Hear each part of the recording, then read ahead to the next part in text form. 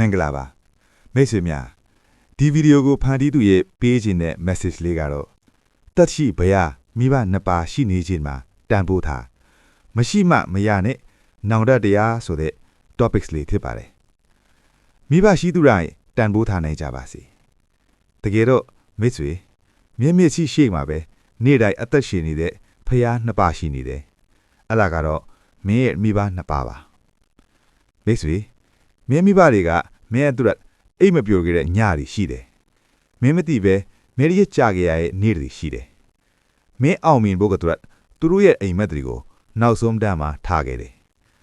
မင်းကြီးလာတဲ့အခါမင်းအလုပ်များလာတဲ့အခါမင်းအခြေမရှိတော့တဲ့အခါမိဘတွေကတော့တိတ်တိတ်လေးစောင့်နေရပါပဲသူတို့လိုချင်တာကငွေမဟုတ်ဘူး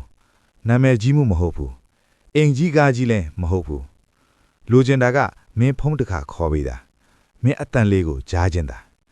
နေကောင်းလားဆိုတဲ့စကားလေးတစ်ခေါက်ပဲလိုချင်တာဒါပေမဲ့မင်းမသိခဲ့ဘူးသူတို့အသက်ကြီးလာတဲ့အခါအားမရှိတော့ဘူး